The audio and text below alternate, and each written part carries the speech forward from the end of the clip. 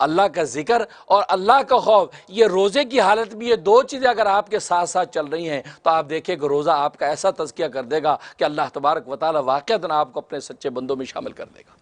اللہ اکبر، اللہ کا ذکر، اس لیے کہ روزے کی حالت میں خدا کا ذکر، اللہ الہ الا اللہ، سبحان اللہ، چلتے پھرتے اس کو پڑھتے رہیں۔ بلکہ حدیث میں آتا ہے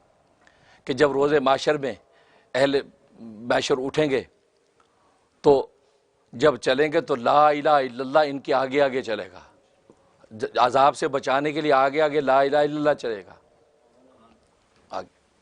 اور اس کے سر کی طرف جو اللہ اکبر وہ اس کے سر کی طرف سائے کرے گا،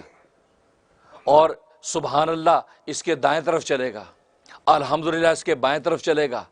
اور لا حول ولا قوت الا باللہ اس کے پیچھے چلے گا۔ یہ 5 ذکر جو ہے سبحان اللہ والحمدللہ ولا الہ الا اللہ واللہ اکبر، یہ پورا کا پورا اس کو گھیر لیں گے، مومن کو اپنے گھیر کے اندر لے کر اللہ کے سامنے پیش کریں گے تاکہ اس کو کسی قسم کا عذاب نہ پہنچے۔ اللہ اکبر، اللہ اکبر۔